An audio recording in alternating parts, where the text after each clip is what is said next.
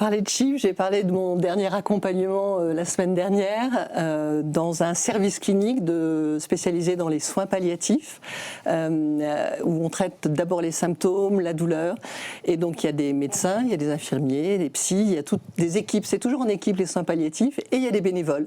Depuis 40, 50 ans qu'il y a des soins palliatifs en France, on est arrivé, on est cofondateur des soins palliatifs, et en fait on est plus sur la souffrance sociale, représentant la société civile qui, auprès des malades et de leurs proches, vont venir les écouter, prendre de leurs nouvelles et puis les accompagner. Et on les écoutera en fait. La formation des bénévoles en soins palliatifs, c'est l'écoute en 1, c'est l'écoute en 2, c'est l'écoute en 3.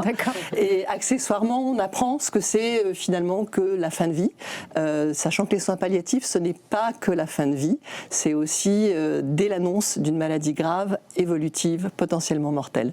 Dès que vous commencez à comprendre que vous allez peut-être mourir plus vite que prévu ou plus vite que vous ne l'imaginez. On peut déjà parler de fin de vie ? En tout cas, on rentre dans cette logique, j'imagine. Et les bénévoles d'accompagnement aux soins palliatifs, comme les équipes de soins palliatifs, sauf qu'on n'en a pas assez pour qu'elles interviennent de manière précoce, elles sont extrêmement utiles pour amortir le choc. Quand on vous annonce une maladie grave, le cancer, ça fait peur. Je ne vais pas les citer, les maladies, et surtout pas les stigmatiser, mais toute maladie grave, potentiellement mortelle, l'annonce est un choc. Et le deuxième choc, pour nous, c'est au moment de l'annonce de l'arrêt des traitements.